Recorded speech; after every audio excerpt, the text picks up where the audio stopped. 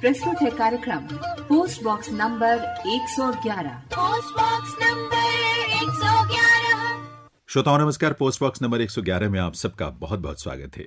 मैं हूं Jayendra. Post box number 111 वही कार्यक्रम जो माननीय प्रधानमंत्री महोदय के मन की बात के विभिन्न बिंदुओं का विस्तार होता है। आपको याद होगा 30 जनवरी को यानी पिछले मन की बात में प्रधानमंत्री महोदय ने आप सबसे हम सबसे ये आह्वान किया था कि भारत सरकार ने इस वर्ष जो घोषणा की है पद्म पुरस्कारों की, हम जिन्हें पुरस्कार मिला है उनके बारे में जानें। उनके काम को लेकर हमें थोड़ी उत्सुकता और उत्कंठा हो रहती है, तो थोड़ा विस्तार से उसके बारे में जानने की कोशिश करें। यकीन मानिए बहुत प्रेरणा मिलती है, बहुत ऊर्जा मिलती है, कुछ नया कर सकने की ताकत भी हम सबको उससे मिलती है। और इसीलिए प्रधानमंत्री महोदय के उस आह्वान को विस्तार देते हुए आज के इस कार्यक्रम में हमने आमंत्रित किया है प्रोफेसर रघुवेंद्र तंवर जी को। प्रोफेसर रघुवेंद्र तंवर जो हैं, जिन्हें पद्मश्री से अलंकृत किया गया है, बहुत ही प्रख्यात इतिहासविद हैं। और एक और खुशी की बात इसी जनवरी महीने में जो मिली है हम सबको, वो ये है कि Indian council of historical research के आप अध्यक्ष नियुक्त किए गए हैं। तो प्रोफेसर रघुवेंद्र तंवर जी, बहुत बहुत स्वागत है सर इस कार्यक्रम में। मैं बहुत खुश हूँ आपके साथ। और सबसे पहले तो ये जो दो चीज़ें हैं, मुझे लगा कि ये 2022 की शुरुआत हुई, पहला महीना 5 तारीख को जो है वो घोषणा हुई आपके चेयरमैन की, Indian council of historical research की, और 25 तारीख थी जब पद्म पुरस्कारों की घोषणा हुई। तो ये शुरुआत जिस रूप में हुई है, हमें बहुत खुशी है और बहुत सारी बधाई इसके लिए आपको। धन्यवाद आपको। इतिहास को लेकर आपका पैशन तो खैर बहुत ज़्यादा है, बहुत पुराना है, और कुरुक्षेत्र विश्वविद्यालय में लगभग 42 वर्षों तक आपने अध्यापन किया। लेकिन उससे पहले भी पढ़ाई में भी मुझे लगता है इतिहास में आपके 2 गोल्ड मेडल हैं एमए में, ये मैंने देखा। जी। तो ये पैशन मुझे लगता है कि विद्यार्थी काल से ही है। विद्यार्थी काल से। और आपके बारे में जब प्रधानमंत्री जी ने ट्वीट किया, जब आप मिलने गए थे उनसे, तो उन्होंने ये शब्द, ये वाक्य लिखा है कि आपका जो पैशन है हिस्ट्री को लेकर, वो कमाल का है। ये उनका बड़पन है जी। प्रधानमंत्री जी मुझे बहुत मान मिला, बहुत अच्छा लगा जब उनसे मिला। मैं इस काबिल तो शायद नहीं था, पर माननीय प्रधानमंत्री जी आए तो इसका अंदाजा आप लगा सकते हैं कि एक व्यक्ति के लिए कितना मायने ये रखता है। निश्चित रूप से। और उन्होंने जब ट्वीट किया, वो मैंने पढ़ा तो मुझे भी लगा कि इस बात की अहमियत को वो समझते हैं। इतिहास को लेकर आपका जो ये पैशन है, उसके पीछे की वजह क्या है? ऐसे है जी कि मैं लगभग 21 साल की आयु में मैंने इतिहास पढ़ाना कुरुक्षेत्र यूनिवर्सिटी में शुरू किया। उससे पूर्व मैं पुलिस में मेरी नियुक्ति हुई। पुलिस छोड़कर मैंने यूनिवर्सिटी टीचिंग को ज्वाइन किया। आईपीएस में आपकी सिलेक्शन हो गई थी? जी 97 में। जी। तो एक शेयर पैशन है, सिर्फ पैशन के लिए, लगाव के लिए इतिहास फैसिनेशन है मुझे। रिसर्च में भी पढ़ाना बहुत अच्छा लगता है। मूल रूप से एक छोटा सा टीचर हूँ और यूनिवर्सिटी सिस्टम में रहा हूँ शुरू से, और पढ़ाना अच्छा लगता है। जेन्युइन एक दिल से मेरी आवाज़ आती है एक अच्छा एक अच्छा टीचर बनने की। मूल रूप तो बात यही है। तो ये तो व्यक्तिगत तौर पर अगर हम कहें इतिहास आपके लिए जो मायने रखता है, लेकिन इतिहास समाज के लिए या किसी देश के लिए, सोसाइटी के लिए उसकी क्या भूमिका होती है, क्या किस रूप में महत्वपूर्ण है वो? जी इसमें देखिए बहुत अच्छी, बहुत इंपॉर्टेंट बात आप पूछ रहे हैं कि एक्चुअली इतिहास, भारत का उदाहरण ले लीजिएगा आप। हम एक इतनी प्राचीन सभ्यता है।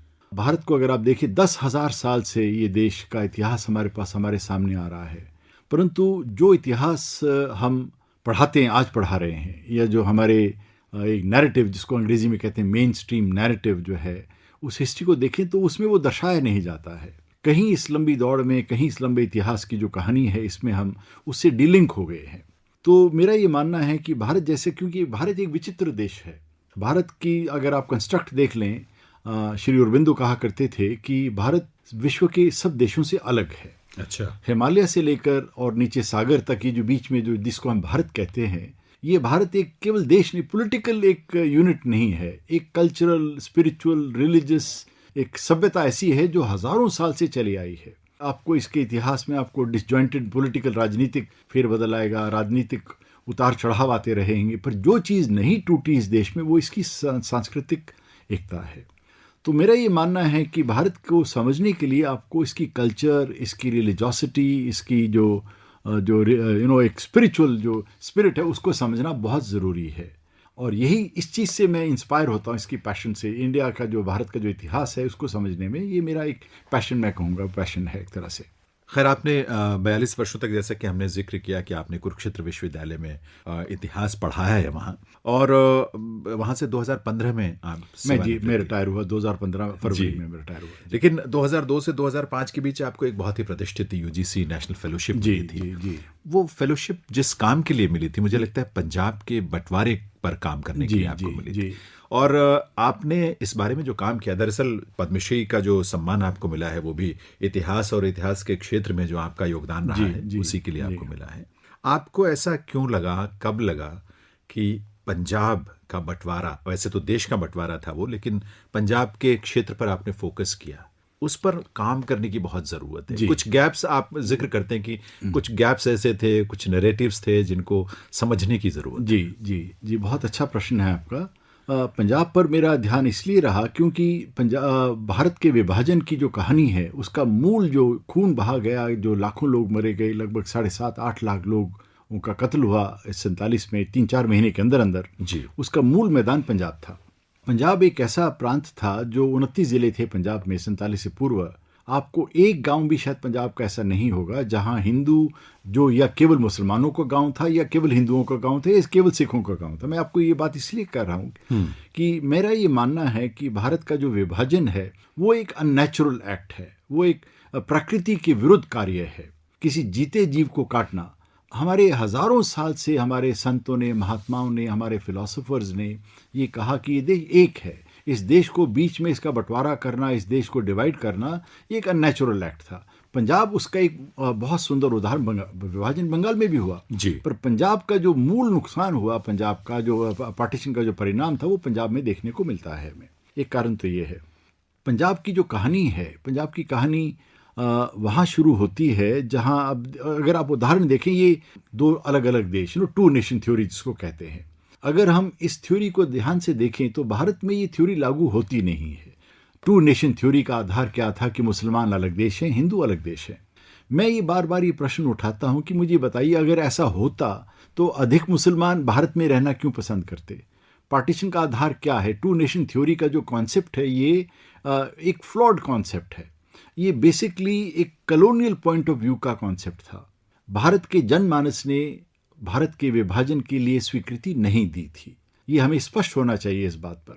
उसमें चाहे हिंदू हो, मुसलमान हो, सिख हो, सभी की तरफ से, सभी की तरफ से मैं ये निश्चित, मैं 40 साल मैंने अपनी जिंदगी के बिताए हैं इस रिसर्च को करने में, ये समझने में, समझाने में, लिखने में। मेरी जिसका जिक्र आपने किया, ये 2002 में मुझे एक नेशनल फेलोशिप मिला एक पार्टीशन के कॉन्सेप्ट पर काम करने के लिए। मैंने 6-7 साल इस किताब को, मैंने दुनिया, इंग्लैंड भी गया, देश में घूमा अलग अलग, और ये 650 पेजेस की किताब आई और विश्व भर में इस किताब ने अपनी जगह बनाई है। इसमें मैंने प्रूव किया कि ये इस डिवीजन के लिए जनमानस का समर्थन नहीं था।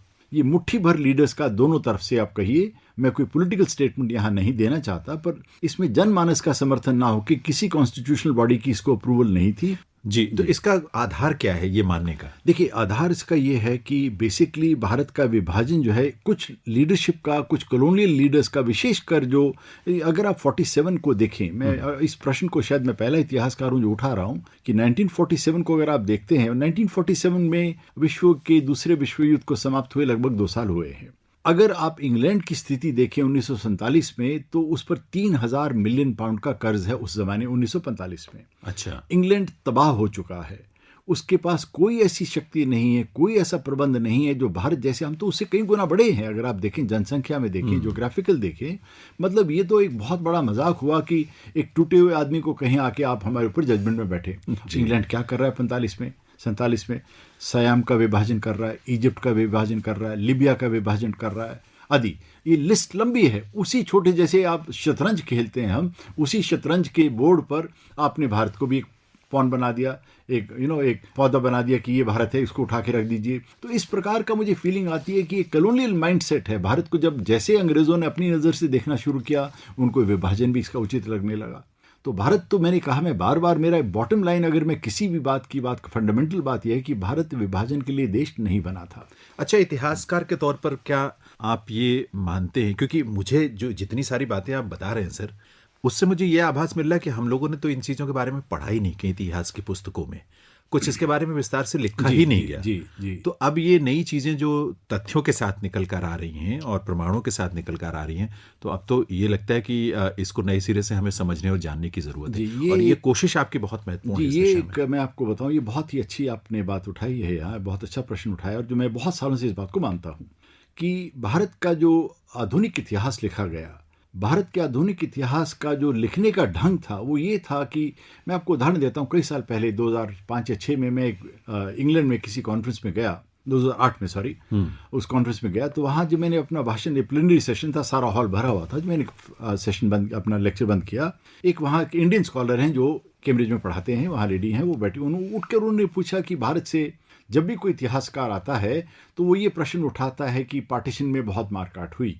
तो हमें अब उस बात को भूल जाना चाहिए और हमें आगे बढ़ना चाहिए। मैं ये बात समझ नहीं पाया कि हमारी पुस्तकें जो पढ़ाई गई, जो नैरेटिव, इसी अंग्रेजी में एक वर्ड है नैरेटिव, मूल कहानी, जो मूल कथा जो है, हम अपने स्टूडेंट्स को जो पढ़ाते हैं, आप किसी भी आज से 20-30 साल पहले की किताब उठा के देखिए, आपको पार्टीशन पर किसी में 1 पैराग्राफ मिलेगा, किसी में 2 मिलेंगे, किसी में 4 लाइन मिलेंगी। यानी पार्टीशन के इतिहास को, जिस देश के अंदर 7-8 लाख लोग मारे गए हों, जिस देश के अंदर करोड़ों खरबों रुपए के नुकसान हुआ हो, एक जीवन शैली को खत्म कर दिया गया हो, उस पर हम अपने स्टूडेंट्स को पढ़ाएं ना, मिटा दिया गया इसको।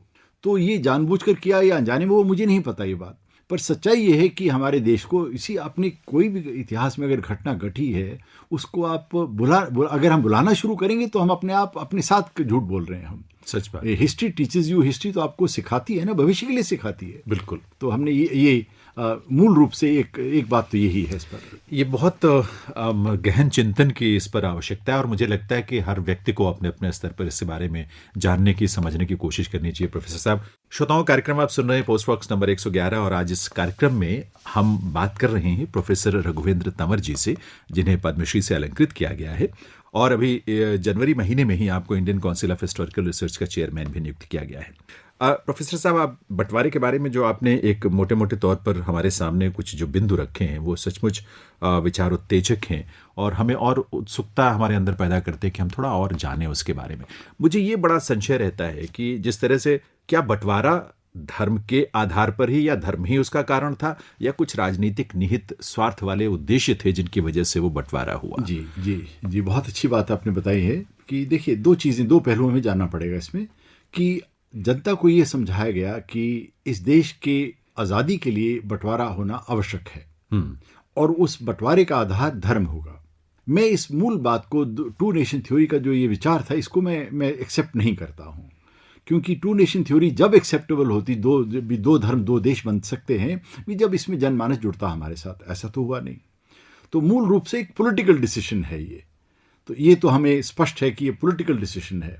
इस पॉलिटिकल डिसीजन का बुनियाद कैसे नहीं है, आप अंदाज़ा लगाइए कि मैंने बताया जैसे लगभग 6 मिलियन यानी 60-70 लाख मुसलमान भारत छोड़कर पाकिस्तान की ओर गए और लगभग इसी मात्रा में, या थोड़ा बहुत कम, जो मुसलमान नहीं थे वो बंगाल से या पंजाब से हमारे देश के अंदर आए।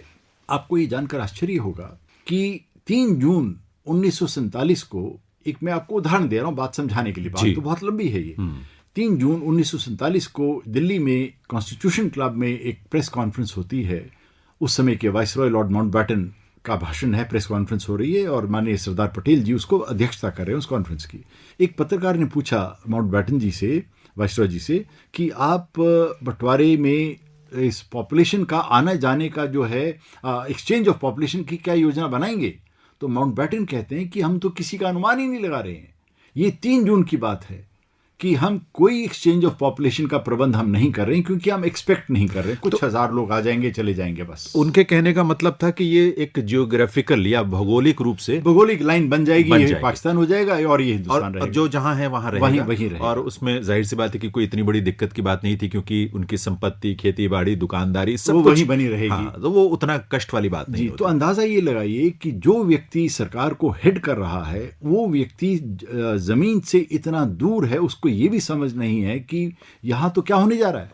और उस जमाने की अगर आप रिपोर्ट्स देखें, अफसरों की रिपोर्ट्स देखें, फील्ड ऑफिसर्स की, मैंने इंग्लैंड में, कैम्ब्रिज में बहुत सी प्राइवेट डायरीज देखी हैं, तो सब लोग आश्चर्यजनक हैं कि ये क्या कह रहे हैं। पर उस प्रेस कॉन्फ्रेंस में लॉर्ड माउंटबेटन के साथ जो फोटो आपने लगाई हुई है अपनी किताब में, उसको उसमें नेहरू जी भी हैं एक तरफ, उसमें नेहरू जी, उसे सरदार पटेल जी अध्यक्षता कर। अच्छा, किसी और समय की वो दूसरी है। ये जो प्रेस कॉन्फ्रेंस है कॉन्स्टिट्यूशन क्लब में है और ये ऐतिहासिक, इस दिन घोषणा होती है कि भारत का प्लान क्या बनेगा। अच्छा। उस प्लान की बात ये है, 3 जून की 1947 की है। अभी तक कांग्रेस की स्वीकृति नहीं आई है, कांग्रेस पार्टी की।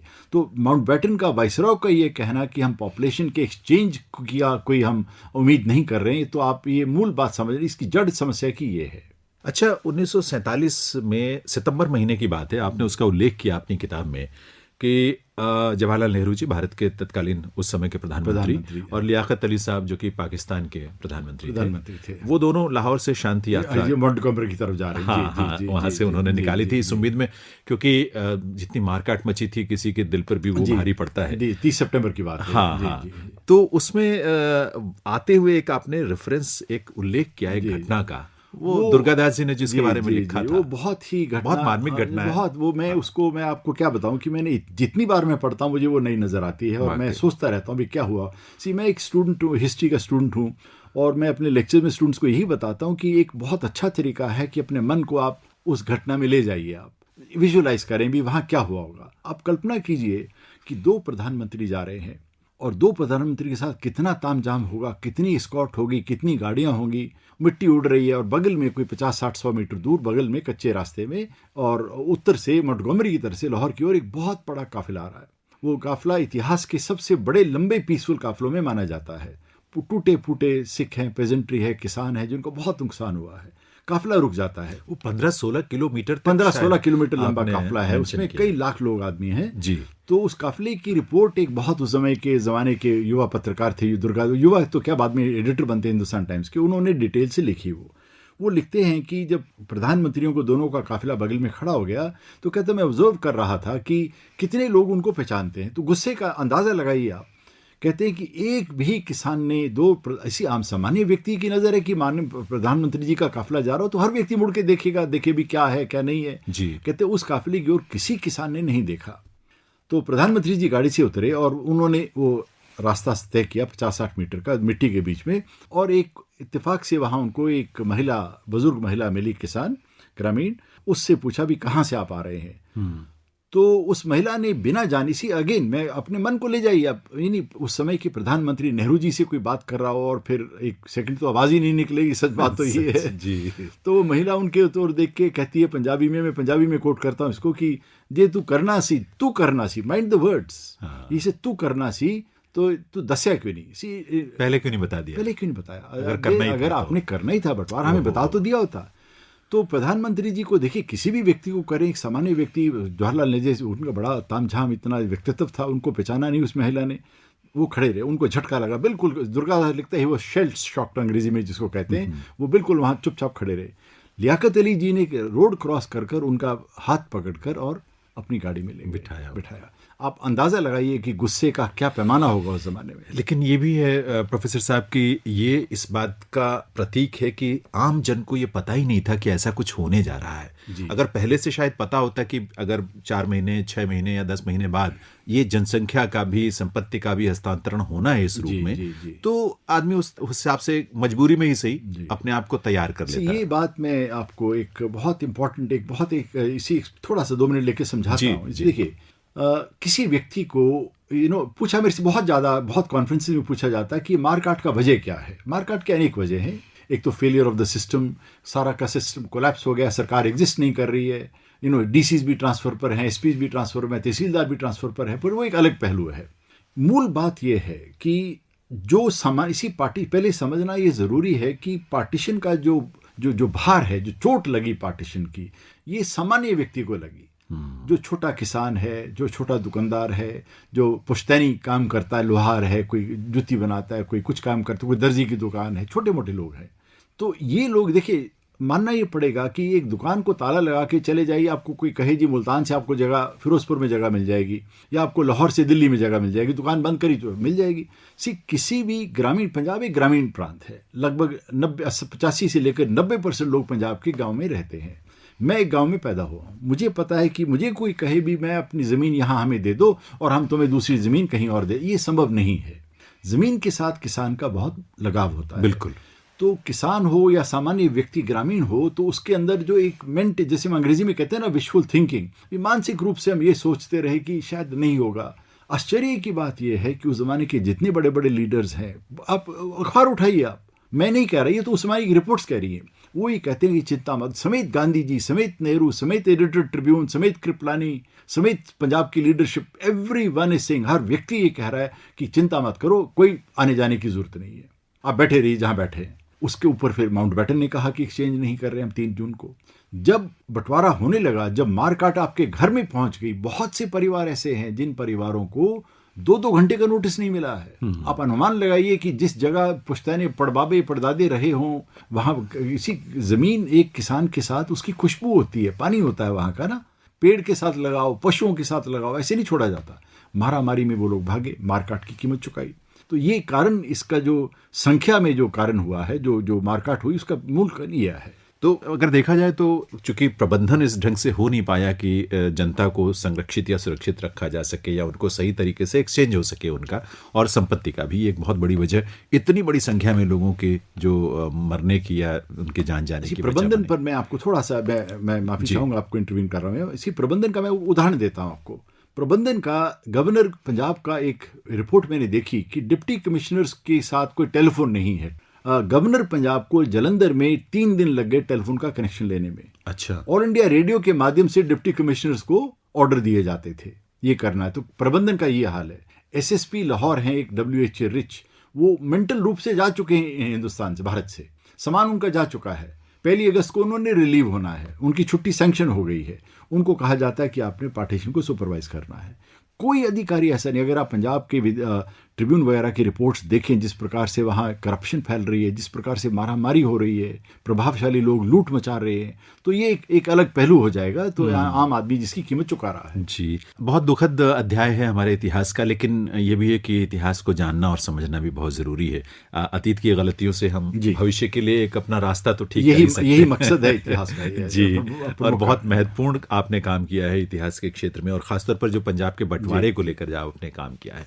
श्रोताओं, कार्यक्रम पोस्ट बॉक्स नंबर 111 और आज इस कार्यक्रम में प्रोफेसर रघुवेंद्र तंवर जी से हम बात कर रहे हैं उनके इतिहास के क्षेत्र में 2 बहुत महत्वपूर्ण कार्य उनके हैं। एक तो पंजाब के, जिसके बारे में हमने चर्चा की, बंटवारा देश का हुआ, लेकिन आपका काम पंजाब के बंटवारे का लेकर ज्यादा है।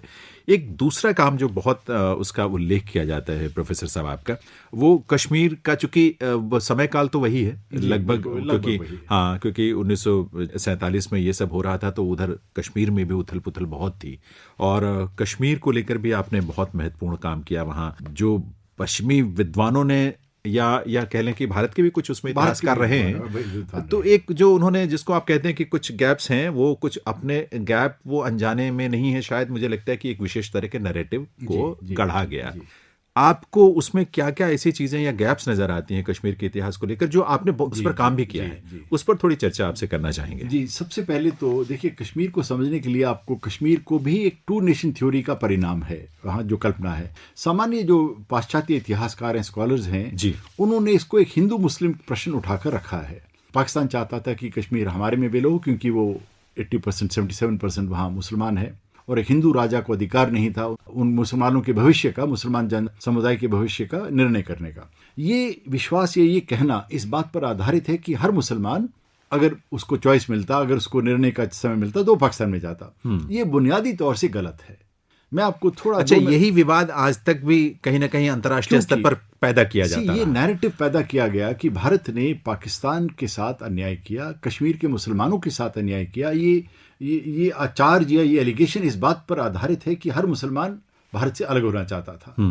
सच्चाई इसमें कुछ और है। पहले मैं सच्चाई पर आने से पूर्व आपको थोड़ा सा मैं प्रकाश इस बात पर, देखिए कश्मीर के इतिहास को देखिएगा आप। मेरा ये मानना है कि अगर एक भारत जैसे विशाल प्राचीन देश के इतिहास में 200-400 साल पहले अगर कोई जन समुदाय, कोई जनता का भाग अगर एक धर्म को छोड़कर दूसरे चला जाए, तो उसका मतलब भूगोल तो नहीं बदलेगा ना। बिल्कुल। अगर आप कश्मीर के प्राचीन इतिहास को देखिए, ये वो जगह है जहां संस्कृत ने जन्म लिया, ये वो जगह है जहां शारदा की लिपि पैदा हुई, ये वो जगह है जहां शंकराचार्य, हमारे अमरनाथ यात्रा तो 2000 साल पहले भी होती थी, आज भी होती है। अगर आप महाराज ललितादित्य के उनके साम्राज्य की, विश्व का सबसे बड़ा हिंदू साम्राज्य तो श्रीनगर में था। तो अब हिंदू आर्किटेक्चर, जो टेम्पल आर्किटेक्चर है, अगर आप जाके सुंदर से सुंदर भवन जो निर्माण होते थे, जो मंदिर वो कश्मीर में होते थे। तो ये सारा कुछ देखते हुए तो कश्मीर के इतिहास को आहिस्ता आहिस्ता समय बदला। बीच में मध्यकालीन युग में परिवर्तन हो गया, वो छोड़िए आप।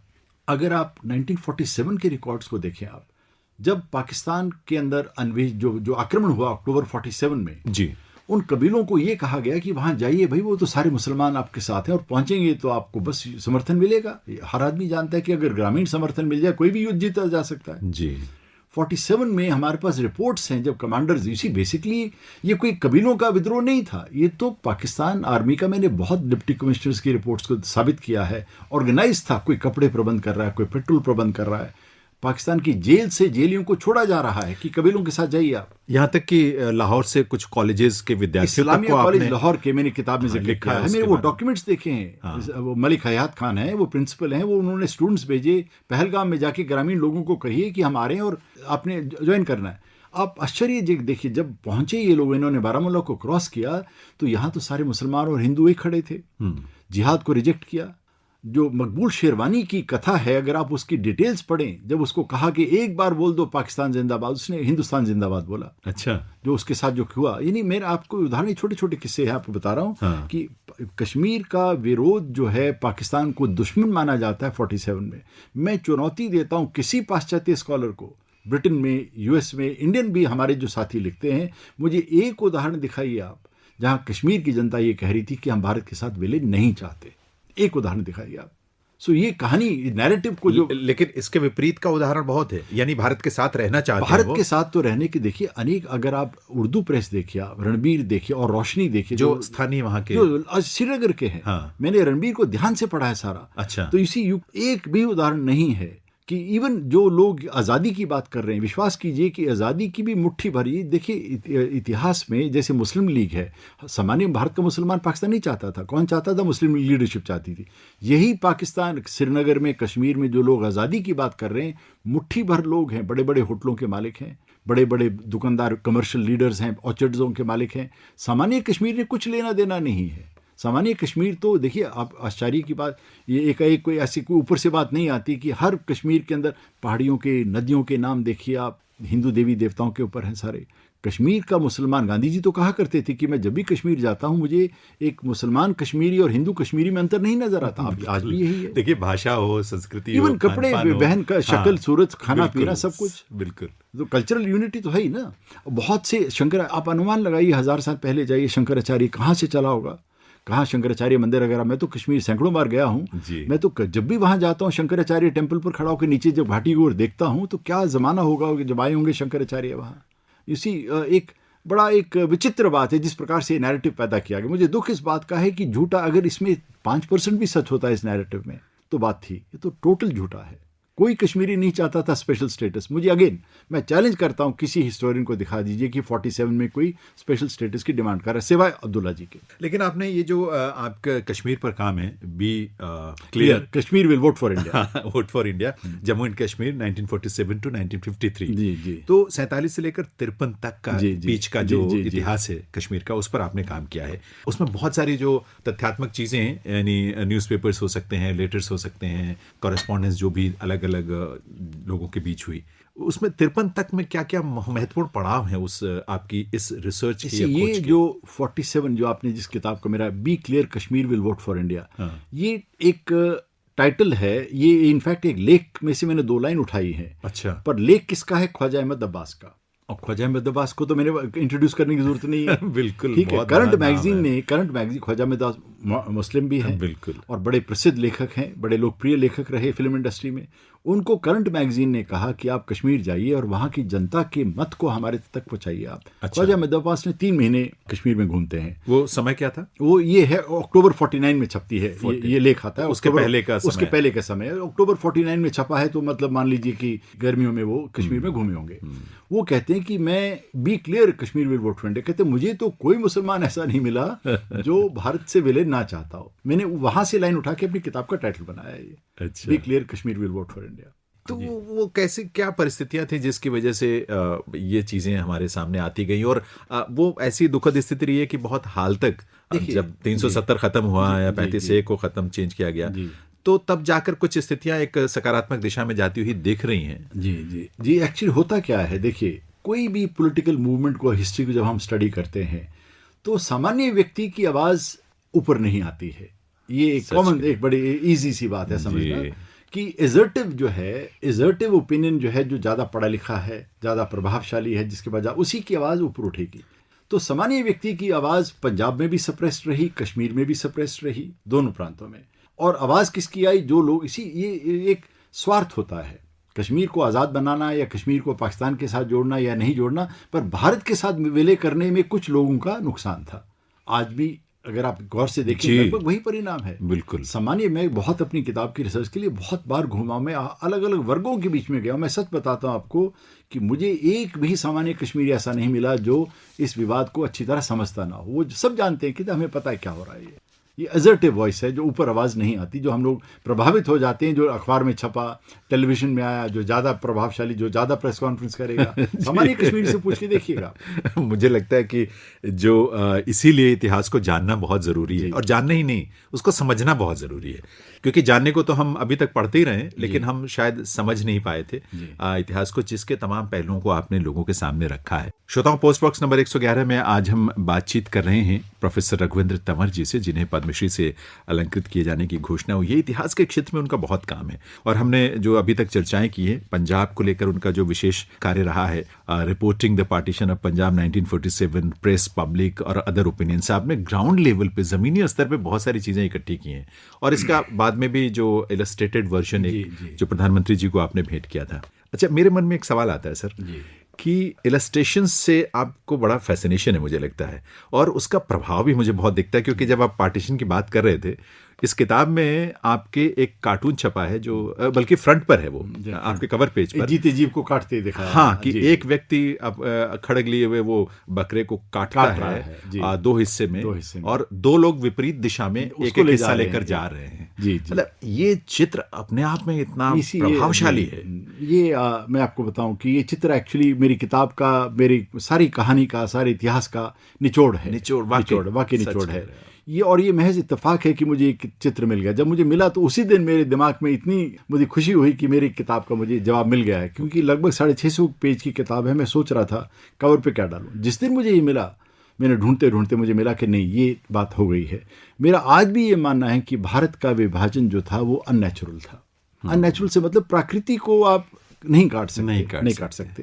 देखिए, मुझे लगता है कि जिस तरह से जो पूर्वी पाकिस्तान था, जो अब बांग्लादेश बना है, आखिर वो अप्राकृतिक होने की वजह से तो अलग हुआ। बिल्कुल वही स्थिति हमारे जम्मू कश्मीर में पैदा करने की कोशिश की गई थी, और कुछ हिस्सा जो है जो अनधिकृत रूप से उसको अलग रखने की कोशिश की गई है, लेकिन वो सांस्कृतिक रूप से कश्मीर भारत का हिस्सा है ना। तो संस्कृति को मुझे लगता है कि धर्म से भी एक बड़ा विस्तृत उसका दायरा है। मैं इसको एक थोड़ा सा और अलग ढंग से भी आपके सामने रखूंगा कि देखिए, मैंने बताया कि 45 में विश्व युद्ध समाप्त हुआ जी। उसके पश्चात शीत युद्ध का जमाना आ गया। शीत युद्ध हम सब जानते हैं, जो सुनने वाले नहीं जानते उनको मैं बताऊं कि विश्व दो भागों में विभाजित हो गया, एक साम्यवादी और एक एंटी साम्यवादी। और इन्होंने क्या किया कि साम्यवादी जो रूस का जो प्रमुख पार्ट था, कश्मीर का अगर आप ज्योग्राफिकल लोकेशन देखें, कश्मीर कोई सामान्य प्रांत नहीं है।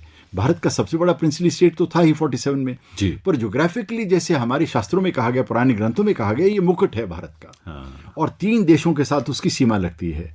उस जमाने में New York times, London times, Australia में, इंग्लैंड में और समाचार पत्रों में कश्मीर पर चर्चा हो रही। मैं ये जानना पूछता हूँ कि कश्मीर पर ही इतनी चर्चा क्यों हो रही है। एक समाचार पत्रों में तो ये कहा गया था कि कश्मीर को हम लॉन्चिंग पैड बनाए। हम उस जमाने के सोवियत यूनियन, आज का रूस को आक्रमण करने के लिए कश्मीर एक लॉन्चिंग पैड बन सकता है। अच्छा, कश्मीर को डिवाइड करना, कश्मीर की, अच्छा उनको पता था कश्मीर अगर भारत का अंग रह जाएगा तो हम इसको प्रभावित नहीं कर पाएंगे। पाकिस्तान छोटा है, कमजोर है, इसको पाकिस्तान में दे दो ताकि हम इसको कंट्रोल कर पाएं, अपने सेंटर्स बनाएं, मिलिट्री बेसिस बनाएं, जो कि एक्चुअली रिकॉर्ड्स हैं। मैंने अपनी किताब में बड़ा विस्तृत से इसको बताया है। एक अननेचुरल प्रोसेस वाली जो बात है। हाँ जी। एक आपने जो प्रधानमंत्री जी को किताब भेंट की, उसमें भी बहुत सारे इलस्ट्रेशंस, कार्टून्स बहुत हैं, कार्टून बहुत हैं। जी। तो इसीलिए मेरे मन में ये सवाल उठा था कि आपको कार्टून्स या इलस्ट्रेशंस के प्रति बहुत आकर्षण है, और आपके किताबों में कलम के साथ साथ ये जो कूची चलती है जी, उसका एक्चुअली कारण क्या है कि मेरा ये मानना है कि मैं एक ट्रेडिशनल, मैं हिस्ट्री में भी अलग अलग स्कूल्स हैं। मैं एक कन्वेंशनल हिस्टोरियन हूँ, और मैं ज़्यादा थ्योरीराइजेशन में नहीं जाता। मैं फैक्ट्स हैं, फैक्ट्स को सामने ले आओ, पाठकों को तय करने दो आप। मेरा ये मानना है कि अच्छी चित्र, अच्छा फोटोग्राफ, अच्छा कार्टून, कश्मीर के संबंध में एक मैंने कार्टून यूज़ किया अपनी पुस्तक में, जिसमें हमारे यहाँ स्वयंवर की जो एक सिस्टम रहा, तो उसमें कश्मीर की एक महिला है और वो सरदार पटेल को माला डाल रही है। तो मैंने जब देखा तो उसका मतलब स्पष्ट है कि भाई ये तो कश्मीर के लोगों ने तो हमें स्वीकार कर लिया है। अब उस बात को अगर मैं 2000 वर्ड में भी लिखूंगा मैं उसको समझा नहीं पाऊंगा। ये शंकर का कार्टून ये शंकर का कार्टून, शंकर बिल्कुल उस जमाने में बहुत ही इंस्टीट्यूशन थे वो, बहुत विद्वान और बड़े पावरफुल सटायरिस्ट है वो जी। इसी कार्टूनिस्ट का ये लाभ होता है कि कार्टूनिस्ट इंटेलिजेंट तो होता ही है, ब्रिलियंट होता है उसका माइंड ना, एक छोटी सी चीज को सटायर में, ह्यूमर में कन्वर्ट करके अपनी बात को कह देना और प्रभाव छोड़ देना। पर एक बात और भी आपके बारे में जो मैंने आपको सुना इतनी बार, चाहे वो यूट्यूब पे इतने सारे आपके लेक्चर्स हैं, वैसे आपको मुझे सुनने का मौका मिला, इतिहास को जिस ढंग से आप समझाते हैं साधारण और सरल शब्दों में, लेखन में तो जिस रूप में भी है वो है ही है, लेकिन आपके समझाने में भी इतनी सहजता है, सरलता है कि बहुत अच्छी तरह से समझ में आती हैं चीज़ें। तो मुझे लगता है कि सामान्य जन के इतिहासकार के रूप में भी आपकी भूमिका बहुत महत्वपूर्ण है सर। मैं इनफैक्ट जैसे मैंने बताया कि मैं एक प्रोफेशनल हिस्टोरियन तो हूँ, पर मुझे जो पढ़ाने का पैशन है जी, मैं जो पढ़ाता था यूनिवर्सिटी में, आप विश्वास कीजिए कि मान लीजिए 60 की सीट है हॉल में, तो मेरा लेक्चर सुनने बगल वाले इकोनॉमिक्स वाले भी आ जाते थे, अंग्रेजी वाले भी आ जाते थे। मेरे लेक्चर में अगर 60 की सीटिंग है तो 150 लोग प्रेजेंट होते थे, केवल इसलिए कि इसी कोई भी चीज पैशन से करें, मन से करें, और जिसकी कमांडिंग अंडरस्टैंडिंग हो उसकी सरल भाषा में समझाया जब जाता है जब आपकी पकड़ पूरी हो। सच बात है। और अब देखिए इतनी लंबी बातचीत हमें पता ही नहीं लगा कि समय कैसे बीता है। लेकिन आखिर में एक चीज जरूर आपसे जानना चाहेंगे, क्योंकि Indian council of historical research जो है उसका मूल उद्देश्य है कि इतिहास के क्षेत्र में हिस्ट्री हो, ऑब्जेक्टिव हिस्ट्री हो। और अब लगता है कि कुछ चीजें ऐसी रही हैं अतीत में जो शायद इस उद्देश्य से कहीं अलग हटके किसी और दिशा में जा रही थी। अब आप उसके चेयरमैन हुए हैं, तो आपके रोड मैप, मेरा रोड मैप यही है जी। मेरा ये विश्वास है कि झूठ बोलना बहुत मुश्किल होता है। झूठ की कहानी, झूठा इतिहास, बेबुनियाद इतिहास, सूत्रों से बिना इतिहास को लिखना बड़ा कॉम्प्लिकेटेड काम है। सही बात को उठाकर लिखना बहुत आसान है, क्योंकि सामने जो लिखा है, you do not have to create a story. आपको कहानी जड़नी नहीं है, बुननी नहीं है, कहानी तो आपके सामने है। तो मेरा तो यही मकसद है कि भारतीय, मैं उस बात पे नहीं जाऊंगा कि पहले ही हुआ नहीं, कि वो एक अलग चीज है। बिल्कुल, हम तो सही चीजों को सामने लाएंगे, गैप्स को भरेंगे और देश के सामने एक सही चित्र हम प्रेजेंट करेंगे। और इतिहास के विद्यार्थियों के लिए चलते चलते कुछ आपसे जरूर 2-4 बिंदु मार्गदर्शन के हम लेना चाहेंगे। इतिहास का विद्यार्थी मैं भी रहा हूँ, लेकिन इतिहास को समझने के लिए भी एक दृष्टि चाहिए व्यक्ति में, उनके लिए क्या आप गाइड करते हैं? मैं इसमें ये कहूँगा कि आपसे सिर्फ इतिहास के विद्यार्थियों के लिए नहीं, मैं चाहूँगा, मेरी इच्छा तो यही होगी कि हर विद्यार्थी, बहुत से देश ऐसे हैं, जापान में फॉर एग्जाम्पल, अच्छा, हिस्ट्री को कंपलसरी रूप से पढ़ाया जाता है सभी के लिए। आप किसी के लिए, आप चाहे वहाँ की टेक्नोलॉजी सेंटर्स में भी जाइए, तो वो एक इसी हिस्ट्री हमारी विरासत है, हेरिटेज है। जब तक आप किसी को बताएंगे नहीं हम क्या है, इसी आजकल दुर्भाग्य से क्या है कि हम हिस्ट्री से थोड़ा हटते जा रहे हैं। बहुत सी प्रॉब्लम्स हमारी जब समाधान हो जाता है उनका, अगर हम अपनी हिस्ट्री को ध्यान से देखें। तो इतिहास के विद्यार्थियों के लिए मैंने जैसे बताया कि झूठी बातों में फंसने की आवश्यकता नहीं है, सही सूत्र उठाइए, सही चीज़ को पढ़िए, और एक ऐसे देश में जन्म हुआ है जिसका इतिहास हम बड़े गौरवमान इतिहास है जिस देश का। तो इसीलिए भारत में पैदा होना, भारत में जन्म लेना, मेरे हिसाब से यही अपने आप में बहुत एक सौभाग्य की बात है। ये सच है, इस बात का गौरव हम सबको महसूस होता है, और उसके गौरव और गरिमा को जो इतिहास में हमारे संरक्षित है उसको अगली पीढ़ी तक लेके जाना, आने वाली पीढ़ियों तक वो पहुंच पाए अपने सही स्वरूप में, सही स्वरूप है ना। तो वो बहुत महत्वपूर्ण है और इतिहासकार की यही भूमिका है। और हमें बहुत खुशी है कि एक इतिहासविद के इतिहासकार के रूप में आपने जो महत्वपूर्ण योगदान दिया है, और उसको एक्नॉलेज भी इस रूप में किया गया कि पद्मश्री से आपको अलंकृत किया गया। ईश्वर की कृपा है जी। देखिए, मैं तो इसमें बहुत छोटा सा व्यक्ति हूँ, हजारों लोगों ने मेरे से ज्यादा काम किया होगा, मुझे नहीं पता कि मेरी क्यों पहचान हुई है, पर नहीं, ये आपकी विनम्रता है, क्योंकि आप अपनी जड़ों से जुड़े रहना आपको बहुत पसंद है, और इसीलिए आज भी आप कुरुक्षेत्र में अपने गांव और उस परिवेश के साथ आप बहुत गहरे जड़ों से जुड़ा, इसमें कोई दो राय नहीं है, कभी इससे दूर नहीं हो सकता मैं। तो ईश्वर आपको सदैव स्वस्थ रखें और इसी तरह से आपका मार्गदर्शन हम सबको मिलता रहे। प्रोफेसर रघुवेंद्र तंवर जी, बहुत बहुत आभार आपका सर इस कार्यक्रम में आने का। बहुत बहुत धन्यवाद, आपने मुझे बुलाया, अवसर दिया यहाँ। तो श्रोताओं, इतिहास को लेकर एक समझ हम अपने अंदर पैदा कर सकें, कुछ इस चर्चा से शायद हमें मार्गदर्शन मिले, इसी उम्मीद के साथ मैं यानी जैनेंद्र भी अब आपसे विदा लेता हूं। नमस्कार।